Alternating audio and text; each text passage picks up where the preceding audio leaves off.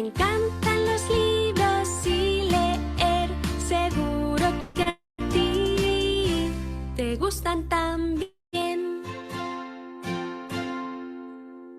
Abre un libro, ponte a leer, pronto empezarás a entender cuántas historias por descubrir, para ti o para compartir. Me encantan los libros y leer, seguro que a ti te gustan también.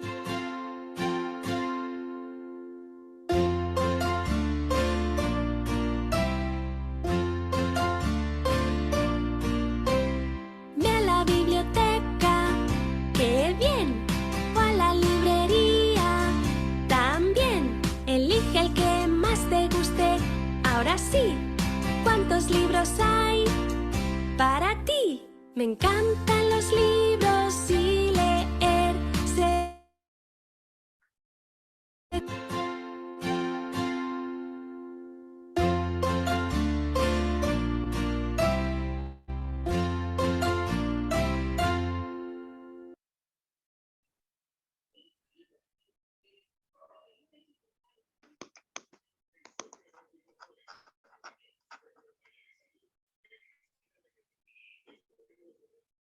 Muy buenas noches a todas las personas que nos acompañan semana a semana en este espacio de Unicornio Multicolor, el club de lectura cuyo eslogan es Soñar para Crear.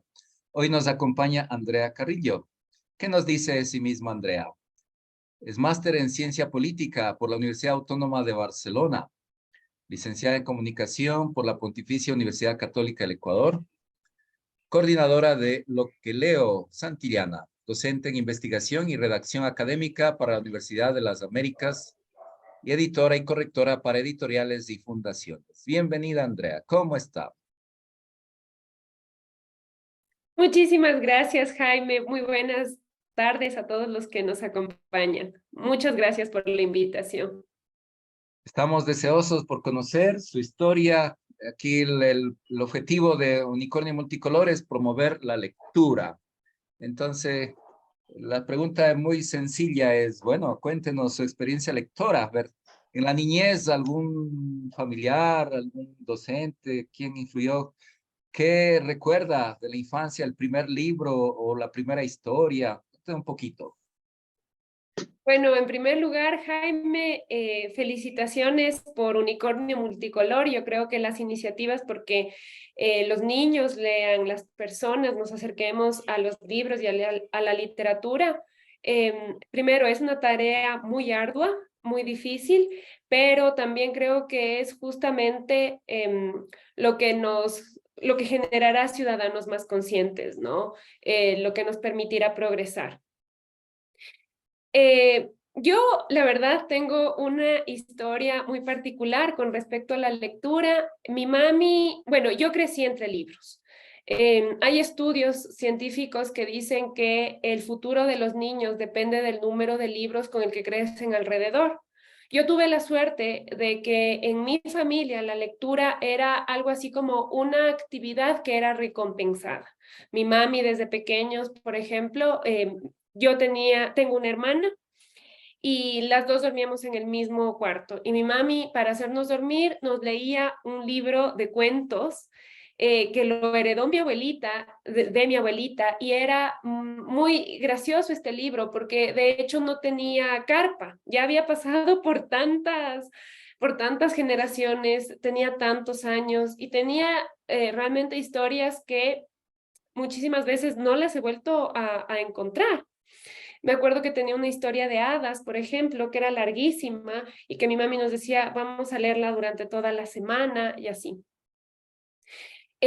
Cuando yo crecí, le hice carpa, le hice la portada, de hecho, a este libro, así me acuerdo con un papel bond, dibujé yo y se lo pegué, porque claro, era el libro de cuentos que me acompañó durante toda mi infancia.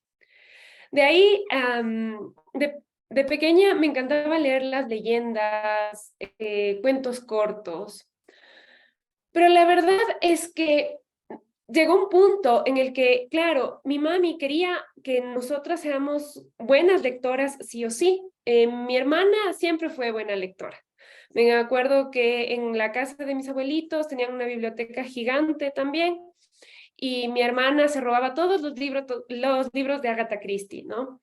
Es decir, estos de misterio, de crimen sin resolver y tal. Ahora es gracioso, ¿no? Porque mi ñaña, por ejemplo, lee poquísimo, digamos que sus labores diarias la han alejado mucho de los libros. Y es chistoso porque algunos autores catalogan así como que la literatura de crimen es como lo más bajo de todo.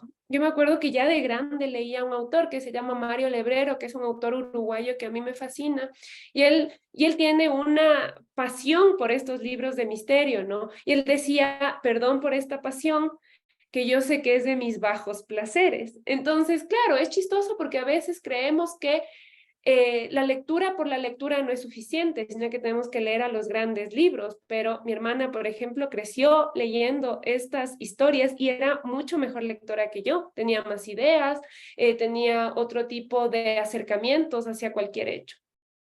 Claro, porque ahí Cuando yo despierta la curiosidad y la investigación, ¿no?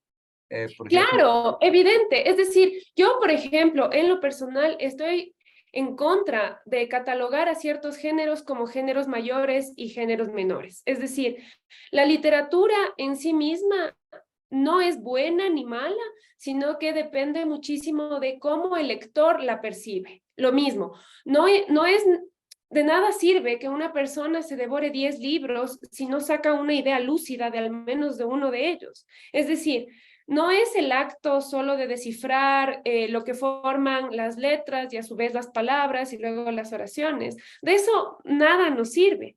Pero leer, entender, llevarlo a tu vida, encontrar una respuesta que estabas buscando o alejarte de una situación por la que estás viviendo, ese es el valor real de la literatura. Y se lo puede hacer a través de cualquier género.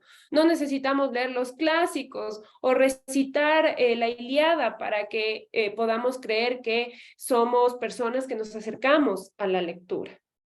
Lastimosamente, yo ya cuando llegué a, digamos, tuve unos 10 años, a mí se me hacía muy difícil leer porque sentía que era una obligación y siento que eso pasa mucho en las familias. Creemos esto, ¿no? Que la lectura por la lectura es el camino y nos olvidamos que la lectura debe generar placer, o sea, debe ser un momento en el que los niños, los lectores disfruten, más allá de cualquier otra cosa, que sea algo que deseen hacer. Como a mí en mi casa me empezaron a obligar a que lea, porque yo disfrutaba de otras cosas, disfrutaba de ir a hacer bicicleta, disfrutaba de jugar a la cocinita, me acuerdo, y mi mami estaba encima con que lea, con que lea. Entonces, claro, y esto es algo que es muy común ahora que trabajo con libros y en la coordinación para llevar la literatura a los niños. Muchas de las quejas, digamos, justamente de los niños es que se les impone la lectura. Es decir, ya deja de ser esta actividad que uno desea hacer por llegar a ser esta actividad que se debe hacer. Tengo una compañera de trabajo que, por ejemplo, decía que en pandemia justo fue el año en el que a su hijito le tocaba aprender a leer.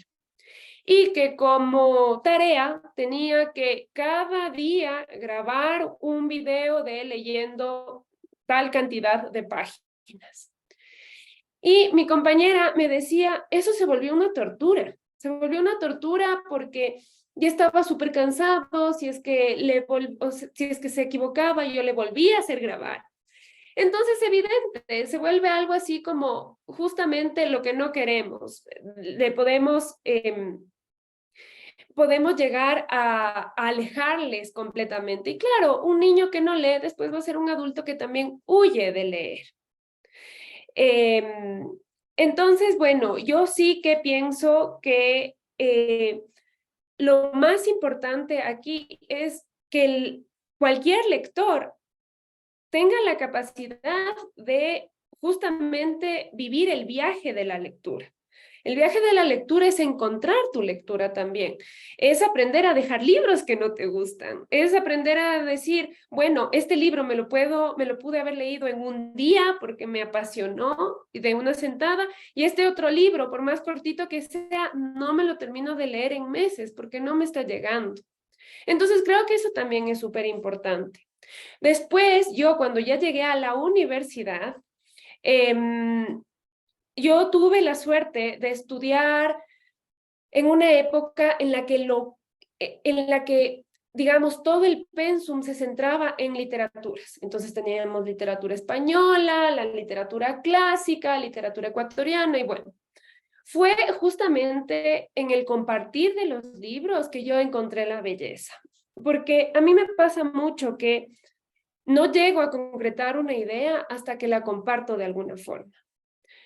Lo ideal sería como que yo misma la comparta escribiéndola, entendiéndola, interiorizándola, pero muchas veces esa comprensión viene a partir de tus compañeros, a partir de gente con la que lo compartes. Por eso, por ejemplo, la lectura en el aula es fundamental, porque así compartimos ideas y entendemos cómo otros ven el mundo.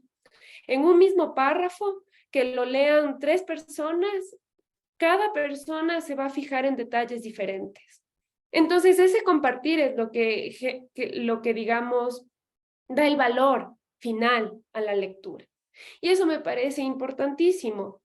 Y también, insisto, me parece fundamental entender que los niños, por más de que sean menores de edad, deben ser capaces de tomar sus decisiones. Y los padres de familia, las personas que trabajamos con libros para niños, creo que es nuestra labor generar las suficientes posibilidades o el suficiente catálogo, digamos, para que esos niños encuentren su autor, encuentren su tipo de lectura. Hay algo importante aquí también. La literatura no solo tiene este valor por leer en sí mismo, es decir, nosotros sabemos que leer, el acto de descifrar las palabras, implica, digamos, mucho esfuerzo mental y nos genera grandes posibilidades intelectuales. Pero eso en sí mismo no basta. Leer imágenes, por ejemplo, entender qué está pasando con los personajes. Entender que la imagen puede complementar la lectura. Eso también es importante. No creamos que nuestros niños tienen que leer palabras y palabras, letras y letras, y que si se saben ya una lectura fluida, están entendiendo las cosas, porque no es así. Eso con respecto a mi historia de pequeña. Ahí mandamos un me gusta, un me encanta, eso. Muchas gracias. Y compartimos los mensajitos, ¿no? Que van aquí en el chat del Zoom. Entonces, Luis, que nos dice, personalmente, creo que la práctica de la lectura aporta a desarrollar las otras lecturas implícitas. Leer entre líneas, leer a los personajes, etc. Y también en el Facebook, allí pues Jaime Andrés Castellanos dice, muy bien, introducción a la lectura comprensiva. Lo que cuando estabas comentando, Andrea, ¿no? Que es necesario comprender, no es leer por leer, sino que alguna idea, algún concepto, algo nos queda. Entonces, la comprensión, tan importante para engancharnos en la lectura, que es comprender. Si uno lee sin comprender, no se engancha, considero. Y este es el gran desafío de la lectura comprensiva. Muy bien, gracias por compartirnos esa experiencia. Ahora la pregunta del millón. Luego de leer, también muchos pues tienen el ánimo y el gusto de escribir. Entonces la pregunta es si después de leer también escribe o tiene un cuadernito en el que lleva apuntes de las ideas que salen de la lectura.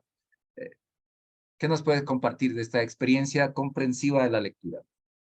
Bueno, yo sí creo que al menos a mí me funciona mucho una vez que cierro el libro, pensar con qué me quedo del libro. Porque, a ver, mi trabajo ahora básicamente se centra en leer. Como coordinadora en lo que leo, yo tengo que gestionar las obras y tengo que conocerlas a saciedad. Eso es un trabajo difícil. Entonces, lo que yo hago, porque nuestro catálogo es muy amplio, tenemos más de 200 obras. Si es que me preguntan de qué se trata esta obra, yo puedo dar una idea general, pero esa no es mi labor. Mi labor no es recordar la sinopsis de las obras. Mi labor es saber cuáles son el valor que tiene la obra, ya sea un valor literario, ya sea un valor artístico, ya sea un tema que topa y que puede resultar importante para un niño en cierta etapa. Entonces, lo que yo puedo hacer, porque no puedo dominar cada palabra que dice cada obra, lo que yo puedo hacer es cerrar el libro y decir qué es lo que me gustó de esta obra, qué es lo que me impactó o qué es lo que noto que es diferente en el resto. Normalmente, cuando yo hago esto, lo hago para el trabajo de manera mental, porque yo tengo que responder a todos ese instante, así que más me vale acordarme. Pero para mi vida personal, por ejemplo, yo lo que hago es vivir con estas banderitas que se ven aquí. Ah, Yo, qué por lindo. ejemplo, este libro me encanta y lo que hago es marcar las partes que a mí me gustan. Y Oh, wow. luego, cuando tengo dudas, porque la vida me genera dudas todo el tiempo, juego mucho a abrir una hoja en donde esté marcada y leer aquello que dice. Y pensar que ahí voy a encontrar la respuesta. Claro que esto es como un pensamiento súper mágico, ¿no? Los libros no están pensados para eso, pero a mí me ayuda a recorrer las cosas que alguna vez me impactaron, me ayuda a recordarme. Y eso me parece también fundamental, ¿no? Acordarme, por ejemplo, en qué etapa de la vida yo leí ese libro. Me acuerdo que por ejemplo, este libro, yo lo leí en pandemia. Y en pandemia yo usaba tanto alcohol que estas hojas están, digamos, un poco dobladas porque eché mal el alcohol y se dobló el libro. O sea, yo, por ejemplo, soy fiel creyente de que los libros deben vivir. O sea, no soy de estas personas que tienen los libros todos pulcros y tal, porque no, el libro también cuenta su propia historia y su propia vida. Hay este libro, ¿no? Que se llama Destroza este diario, que ha generado como mucho revuelo en la comunidad literaria. Porque este libro está pensado, como su nombre lo llama, para destrozarlo. Es decir, desmitifica esta idea del libro como este artefacto intelectual importante, intocable, que debe ser venerado, y más bien te llama a que lo vivas. Este libro entre sus páginas dice, arranca esta página, métete a la bañera con abierta esta página. Entonces, claro, al final, si los niños hacen todo lo que dice el diario termina en añicos. Hay tanta gente que se quejó de ese libro porque decía, la gente está perdiendo, digamos, este valor, el valor que tienen los libros, ¿no? Y claro, nosotros sabemos de estas películas, ¿no? De la quema de libros, Fahrenheit, por ejemplo, que es como justamente, digamos, cualquier literato diría, digamos, es el final del mundo. Sabemos que, por ejemplo, en todas las revoluciones, una de las características ha sido la quema de libros.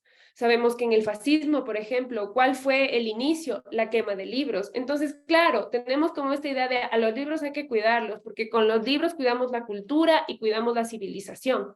Y me parece una idea muy bella, pero luego creo que también te aleja, porque el problema de mitificar a algo es que tenemos miedo de acercarnos a él. En el trabajo, yo, por ejemplo, siempre pienso en este libro de Destroza este diario, porque pienso que es justamente lo que hay que hacer. No tenemos que verle al libro como este objeto intocable, sino como este compañero que está arrugadísimas las hojas, este compañero que se le dobló algo, que se le destiñó alguna letra, porque es eso el libro. Yo, por ejemplo, de los libros más queridos que tengo en mi biblioteca, es este, que es el libro que me acompañó. Bueno, no lo ven, no creo que se vea tanto en la cámara. Este libro a mí me acompañó durante toda mi maestría. Mi maestría era hablar sobre la posverdad.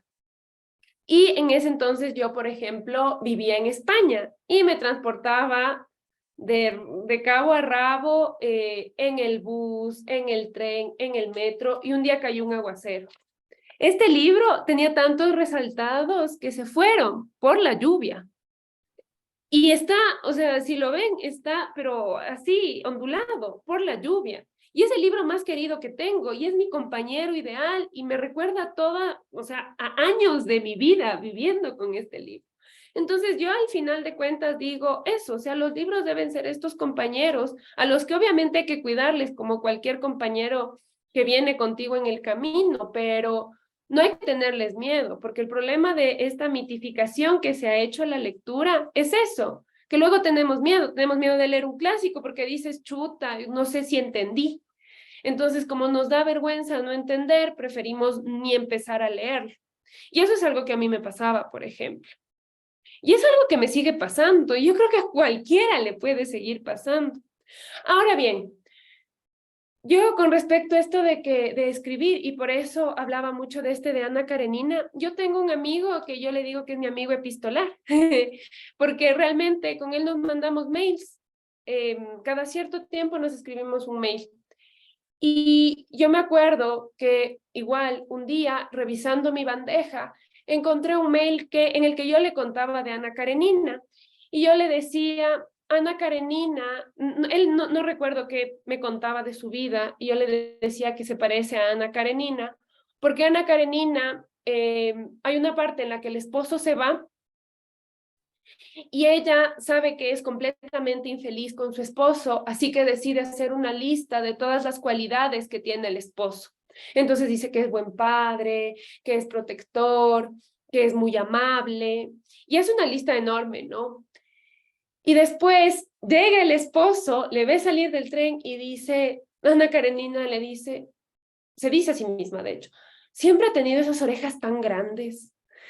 Entonces me parece precioso ese pasaje, porque claro, no, es como el engaño permanente hasta que te chocas con la realidad. Cuando leí ese pasaje que le había escrito a mi amigo, yo dije, quiero volver a ser esa persona que sigue encontrando coincidencias de la vida real con la literatura, porque realmente eso me parece bello. O sea, dialogar con los libros y además como tener más nociones de la vida, ¿no? Cuando yo he tenido problemas de todo tipo, digo, chuta, pero esto ya pasó, esto yo ya lo había visto, digamos, en La insoportable levedad del ser, de Milán Kundera, o sea, yo ya había vivido eso. Es decir, es como, creo que los libros son esta suerte de recetarios que a veces nosotros no sabemos. Sí, no sabemos cómo leer, ¿no? Porque hasta que no nos pasa, no sabemos como que toda la sabiduría que guardaba. Yo sí leo, perdón, yo sí escribo, pero a mí me da chiste porque yo realmente soy una persona, pienso yo que soy una persona súper contenta, ¿no? Siempre soy súper contenta, pero luego cuando escribo, todos mis relatos son muy oscuros, son así como, me acuerdo que escribía de una chica que cuando se va a dormir siente que le salen insectos. Entonces son como, tengo este cuento mío de una niña que se olvida de cómo, o sea, cuando está bajando las escaleras, se olvida de cómo seguir bajando y se tiene que quedar en el peldaño permanentemente porque ya no se acuerda cómo bajar. Entonces es como, realmente me da chiste cómo yo, considerándome tan alegre todo el tiempo, luego tengo esta escritura como tan oscura. En realidad me parece evidente que la situación es que la luz también tiene su parte de oscuridad. O sea, no hay forma en la que todo el tiempo uno esté feliz. No hay forma en la que todo el tiempo uno esté triste. Entonces, claro, justamente a mí me pasa que mis cuentos, mis escritos son súper oscuros. Pero siento que es como una manera también de liberarme. Lo que sí escribo mucho es acerca de lo que leo. Es decir, las ideas más importantes se las escribo a este amigo que tengo. Porque sí, se las mando a él, pero también se quedan en mi bandeja. Así que cuando quiero sentirme así como un poco más intelectual o quiero pensar que todavía tengo alguna idea, reviso mi mail y reviso las conversaciones con este amigo y digo, sí, aquí encuentro algo súper interesante. Muy bien. Eso Qué puedo decir. interesante, qué interesante. Cómo las distintas actividades nos llevan a vivir distintas emociones. Entonces, una la lectura, otra la escritura. Gracias. Y así aprovecho para comentarte aquí en Facebook.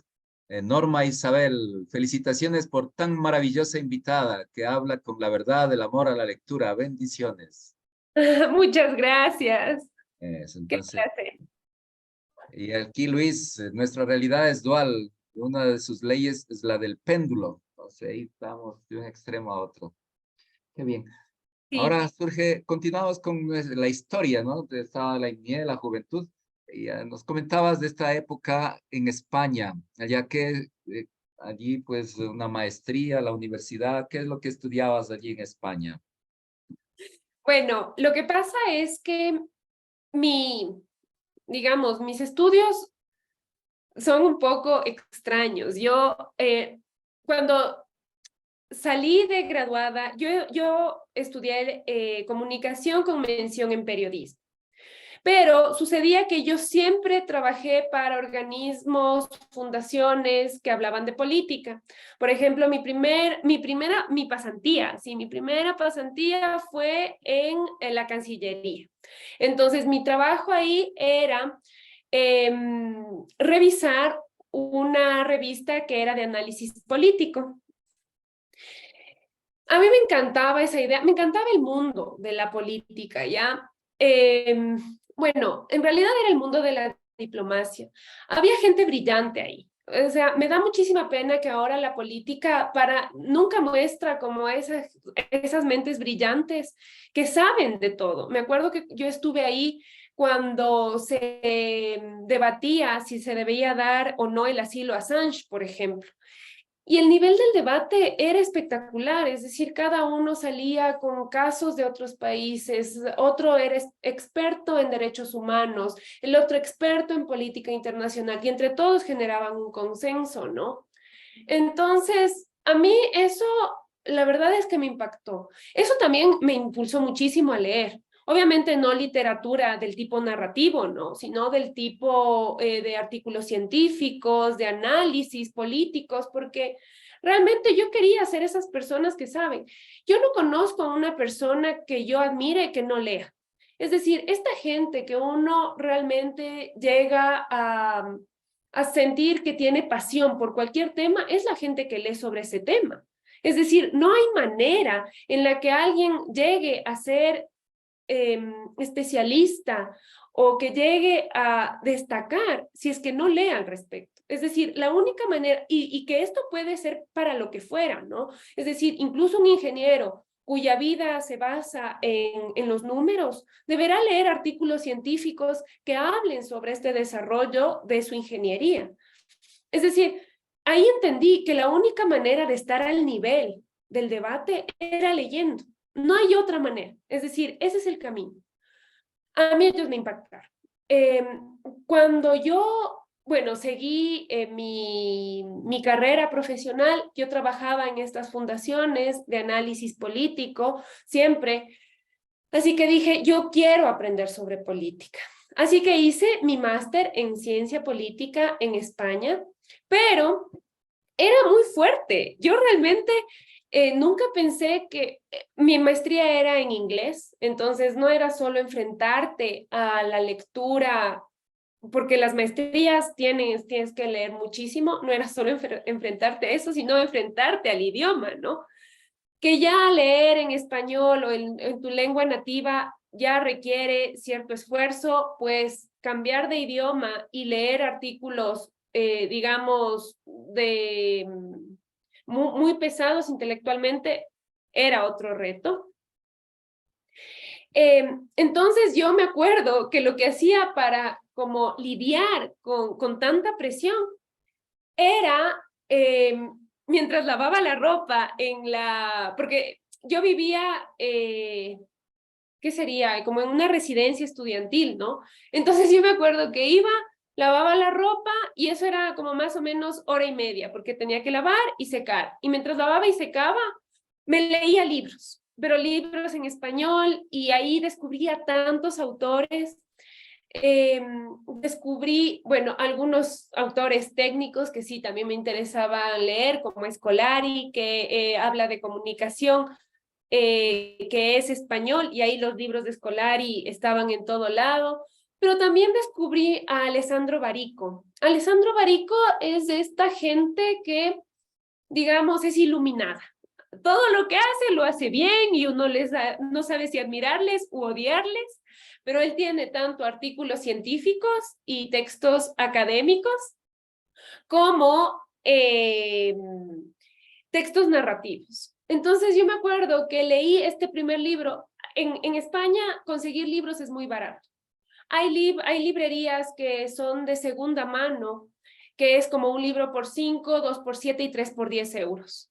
Entonces, realmente yo iba y siempre tomaba la promoción de 3 libros y los tenía para el mes. Es decir, me estaba leyendo narrativa, unos 3 libros al mes. Y me acuerdo que mientras lavaba la ropa, yo leía y leía y leía libros, y para mí era como el momento en el que más cerca de mí estaba. Es decir, cuando uno se va del país, toma mucho tiempo adaptarse. A mí me tomó tiempo, seguramente otra gente se adaptará de mejor manera. A mí me tomó tiempo adaptarme, porque nada de lo que yo vivía era conocido para mí, y nada de lo que yo era en Ecuador era en España. Entonces, justamente encerrarme, digamos, en esta burbuja que me permitía, que me daba un libro, era como el acto de mayor cuidado hacia mí, hacia mi reconocimiento, hacia volver a encontrar estas palabras, hacia volver incluso a estar con tu idioma, porque yo me desarrollaba en en un mundo netamente en inglés. Entonces, las ideas cada vez se volvían más confusas, porque si bien tenía una idea en español, luego no sabía cómo expresarla en inglés, o las ideas que me parecían lúcidas en inglés, al repensarlas en español ya no me parecían tan lúcidas. Entonces, digamos, estar en esta burbuja que me dieron los libros, para mí era sublime, era lo que necesitaba al menos para seguir avanzando. Yo sí me tomé tiempo para adaptarme, realmente fue difícil para mí. Entonces, yo creo que los libros te salvan. Cuando encontré estas promociones de libros, para mí fue maravilloso, porque era como que encontraba el hogar lejos del hogar. Y es eso, o sea, ir y encontrar. Claro, uno de los retos que tenemos los que trabajamos con libros es hacer libros lo suficientemente asequibles para que la gente pueda encontrar este hogar lejos del hogar. Porque claro, yo tuve la suerte de que podía equivocarme en el libro y no pasaba nada, porque bueno, perdiste 3 euros, no es pues la pérdida. Pero aquí lastimosamente te cuesta un libro $20, $40, y si no es tu libro, es que quieres solo seguir terminando de leerlo porque ya te gastaste ese dinero. Y luego también por eso es que sigues alejándote de los libros, porque como no encuentras el camino, prefieres distanciarte. Muy bien, gracias por compartir de esta vivencia en España. Entonces, ciencias políticas y en inglés, wow. ¿Y en qué ciudad de España está? Yo estudié en Barcelona, Ah, que por un Barcelona. lado es muy agradable porque es una ciudad muy cosmopolita. Ahí encuentras todas las culturas del mundo, pero por otro lado es un poco problemático porque si tú me preguntas ¿qué sabes de España? Ahí no hay nada español. Es decir, ni siquiera para encontrar una tapa, que es básico, como los bocadillos que tienen, que es de la cultura española, ahí no lo sabía. Tortilla de patata, ahí no había. O sea, ahí era todo así, McDonald's, todo, porque es como Claro, justo el problema, ¿no? Las ciudades cosmopolitas que no tienen una cultura porque deben albergar a todas las todos. culturas. Así es, así es. Muy bien, gracias. Bien, Después de esta experiencia en España, al regresar al Ecuador, ahora pues en los trabajos, antes de trabajar en Santillana, ¿qué otros trabajos realizaba? Bueno, yo toda la vida, desde que digamos, desde que estudiaba, yo trabajé para editoriales. Yo hacía corrección de estilo, a veces ya me daban la idea de la edición. Esto es interesante, o sea, ser correctora de estilo básicamente es decir que la gramática esté bien, ponerle los puntos, las comas, las tildes, que se entienda la oración. Pero ser editora es ser súper crítica con la obra. Es decir, te toca un nivel mucho mayor, primero, de relacionarte con la obra y segundo, de hacerle el seguimiento de la obra. Entonces ya me empezaron a dar digamos, esas labores en las editoriales y la verdad me iba bien. Hacía análisis de literarios, las temáticas, me acuerdo que incluso llegamos al punto en el que yo tenía que presentar informes de las obras, que básicamente es tu percepción acerca de si tiene valor literario o no lo tiene.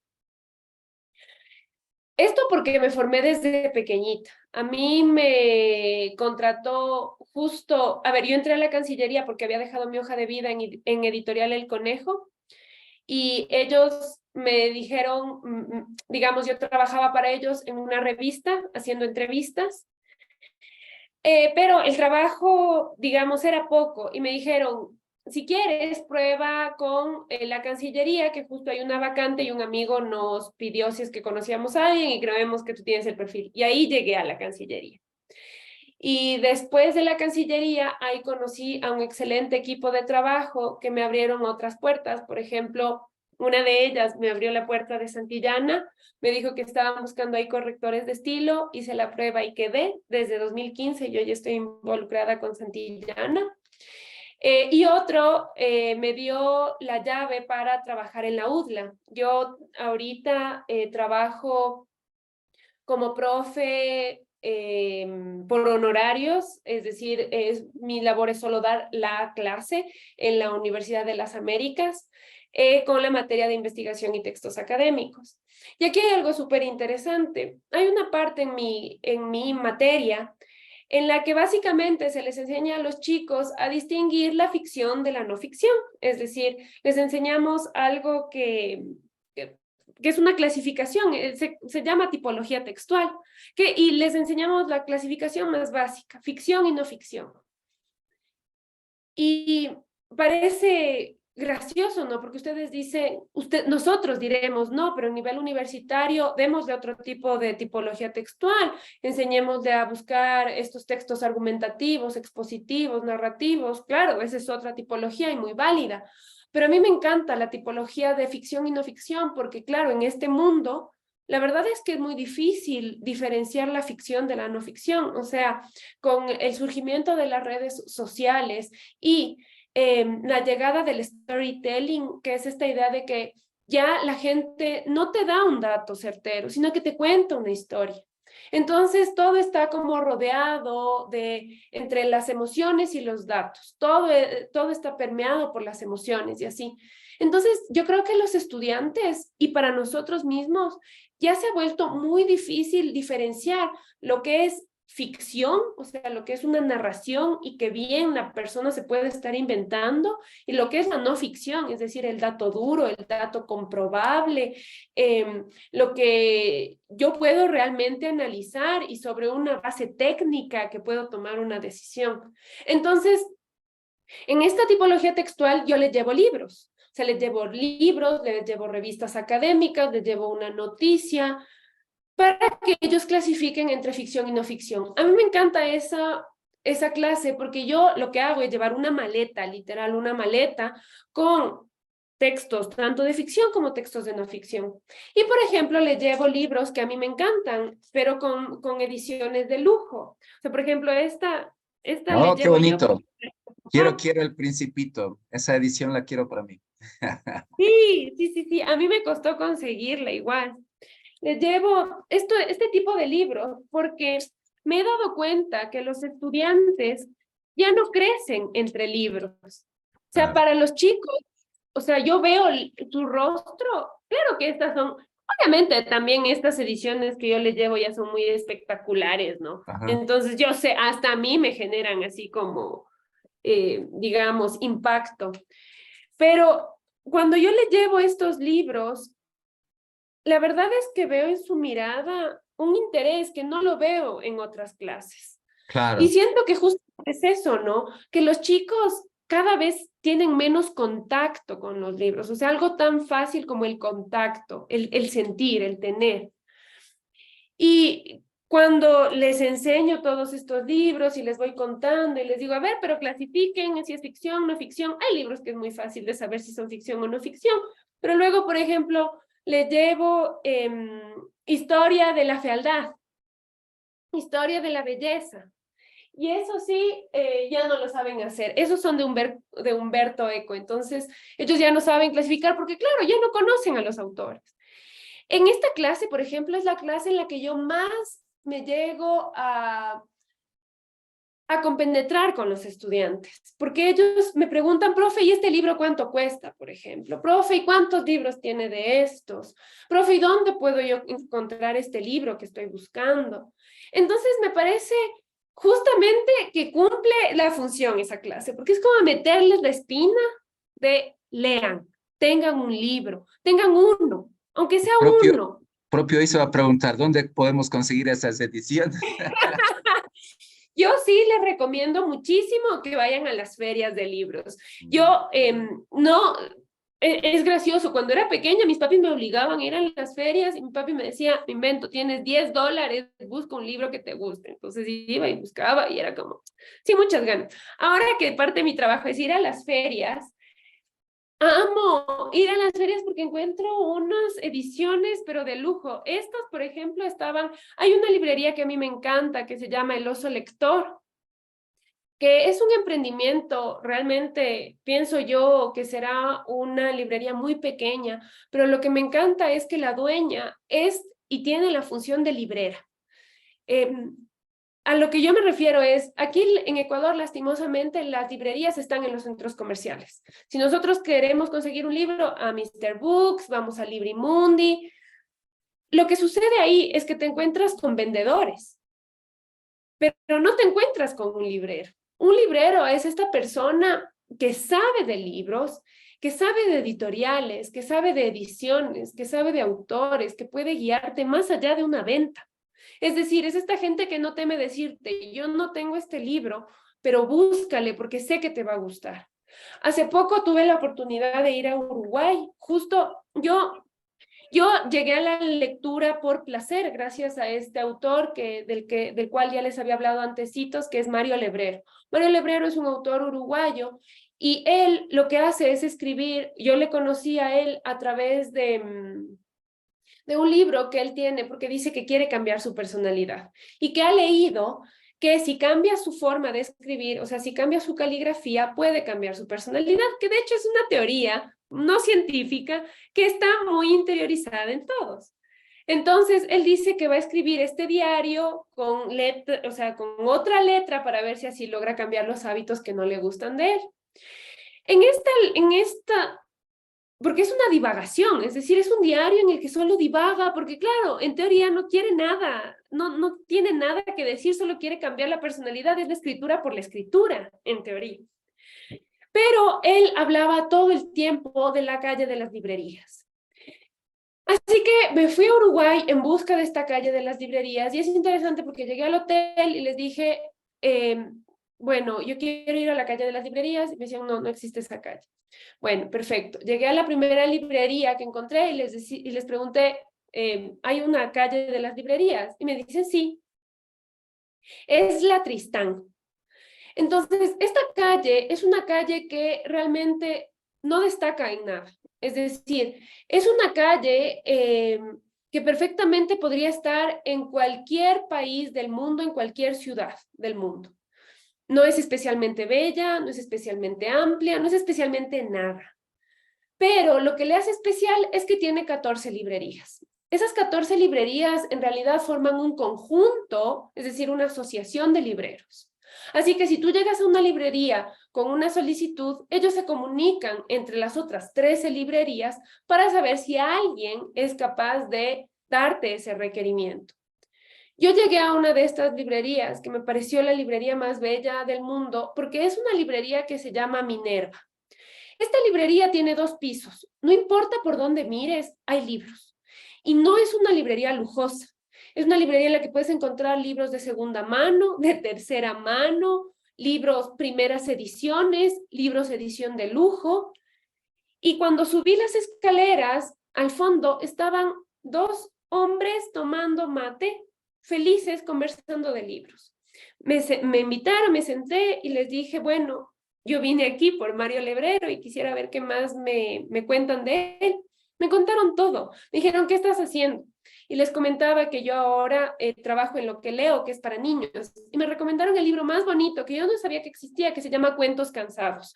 Cuentos Cansados es un libro de Mario Lebrero, que es la recopilación de cuentos que le tenía que contar a su hijo, porque su hijo siempre le decía, pero papi, cuéntame un cuento.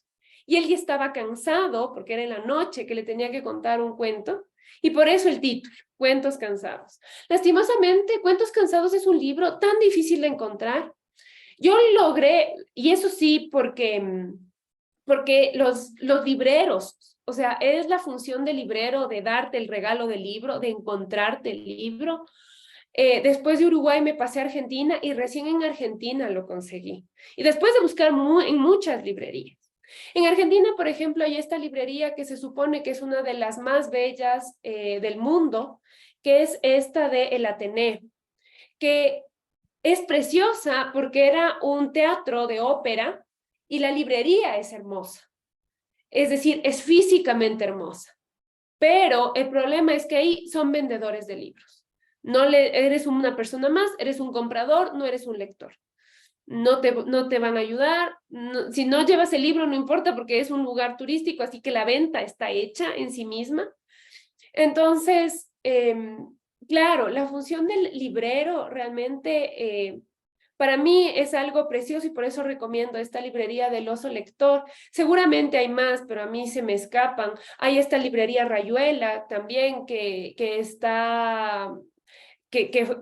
de Mónica Barea, que es una de nuestras autoras, y que la librería Rayuela también es, digamos, tiene libros que a mí me han costado muchísimo trabajo encontrar y que los he encontrado ahí, porque tiene muy buenos, digamos, importaciones, tiene desde España, desde Argentina, es decir, están, digamos, permanentemente aumentando su catálogo. Así que yo sí les recomiendo la búsqueda de librerías por fuera de los centros comerciales, porque el problema es cuando te venden los libros. O sea, el problema es que trabajes con vendedores. El chiste no es que te vendan, el chiste es que tú lo disfrutes. Así que es eso, más bien la invitación a que exploremos todos librerías nuevas. Hay en Instagram, por ejemplo, librerías que son a petición, es decir, son estas personas que han descubierto, digamos, la manera de importar libros y que tú les puedes hacer la petición. Es decir, yo podría escribirles, quiero Cuentos Cansados de Mario Lebrero, y ellos te dicen, perfecto, de aquí máximo 3 meses te lo consigo. Pero imagínense qué bello eso, o sea, de esperar un paquete por 3 meses y que ese paquete sea un libro también. O sea, es bellísimo lo que se está haciendo. Hay iniciativas importantes que yo sí recomiendo que sigamos. Muy bien, le mandamos un me encanta. Y veo a Luis que quiere comentar algo. Decía que él pregunta, así que le damos la palabra a Luis. Claro que sí.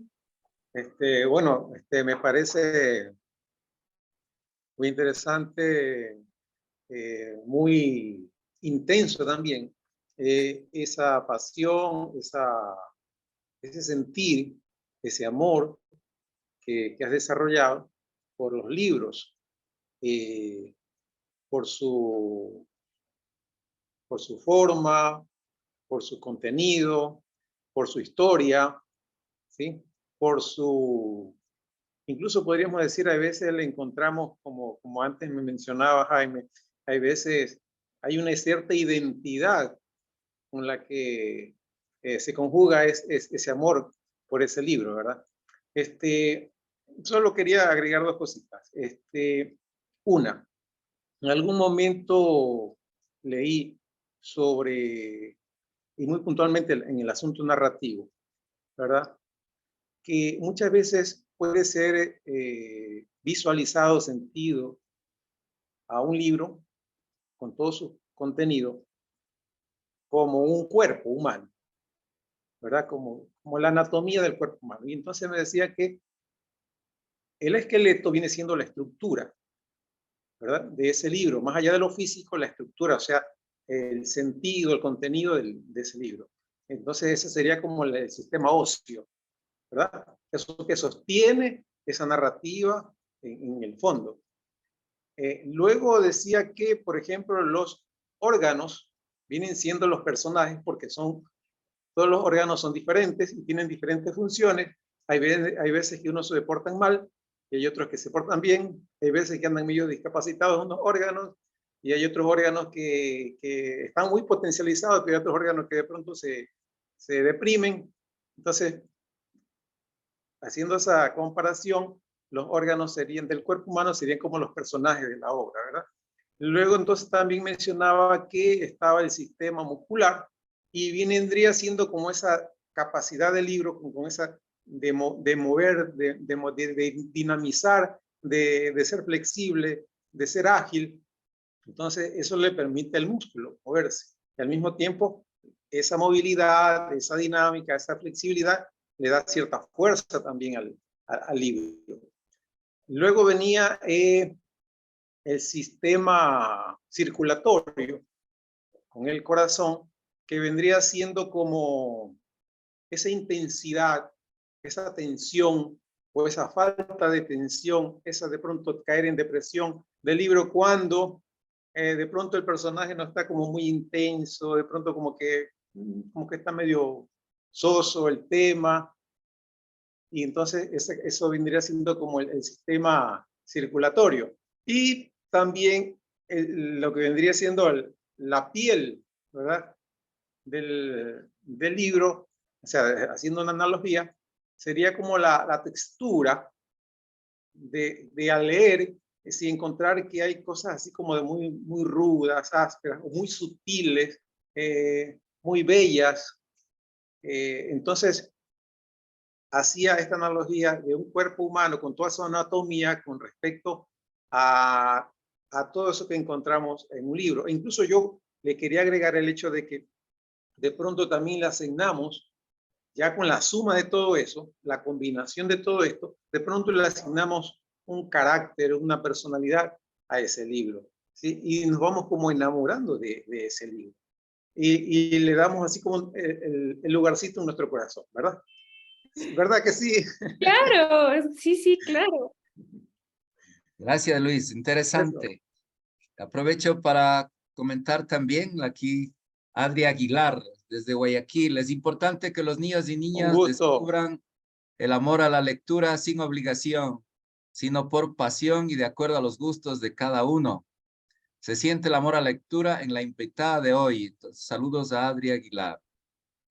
Qué gusto. Patricio Benavides, realmente interesante que los estudiantes ya no crecen entre libros. Felicidades. Y aquí se quedó con la pregunta, ¿cómo lograr la diferencia de la ficción de la realidad en el proceso educativo, más aún en el contexto universitario? Así que yo le respondí asistiendo a las clases de Andrea en la universidad. Claro, vengan. Bueno, primero para no dejar pasar esto que Luis comenta, me parece maravillosa esta metáfora del libro como cuerpo humano, porque creo que justamente ese es un cuerpo que vive. O sea, esa es la idea de los libros, ¿no? Creo que los libros siguen contando una historia. No creo que el libro termine cuando cierras la última página, sino también lo que haces con el libro.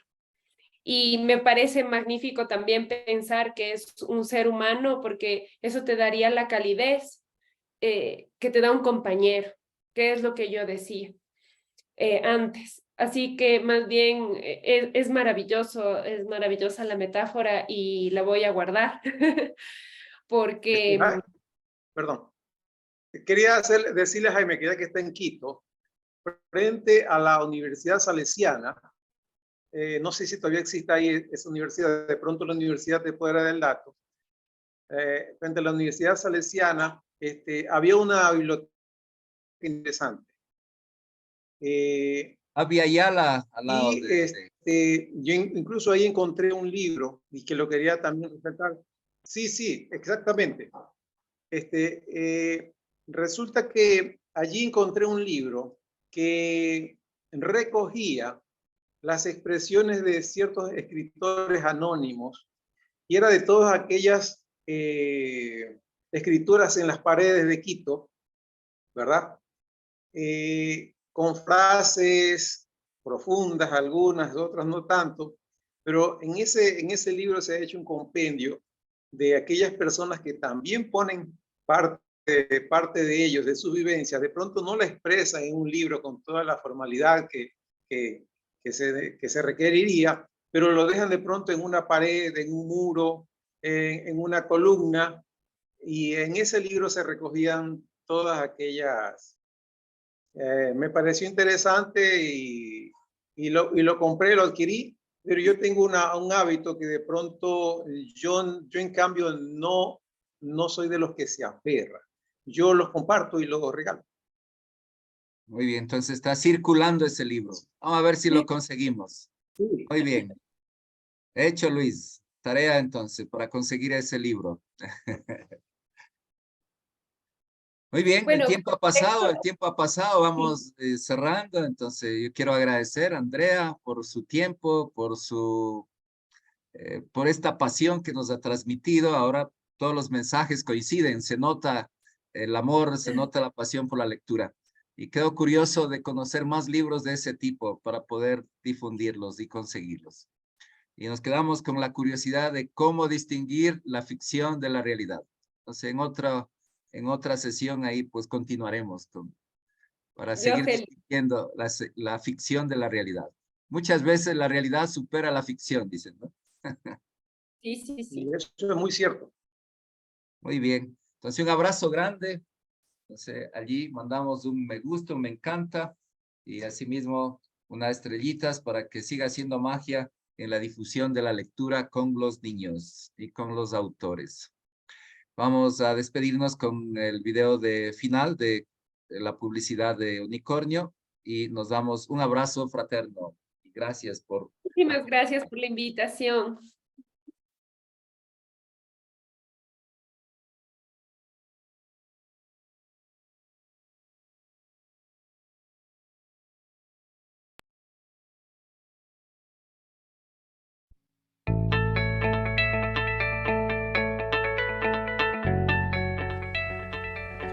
Unicornio Multicolor se dedica a la promoción de lectura y talleres de lectura. Promueve al lector a continuar enganchado con el mágico mundo que los libros nos ofrecen. Unicornio Multicolor.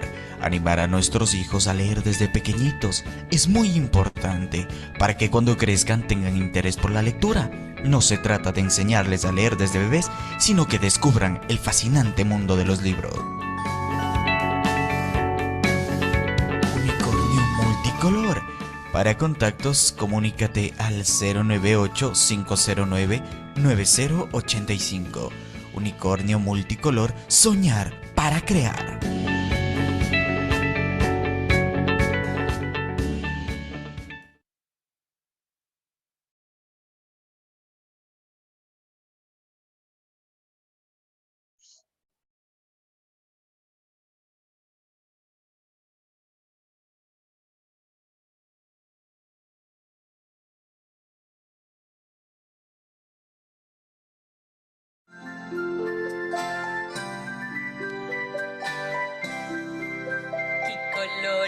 Colorado, este cuento se ha acabado. Otro día volveremos con historias para ti. Y colorín colorado, este cuento se ha acabado.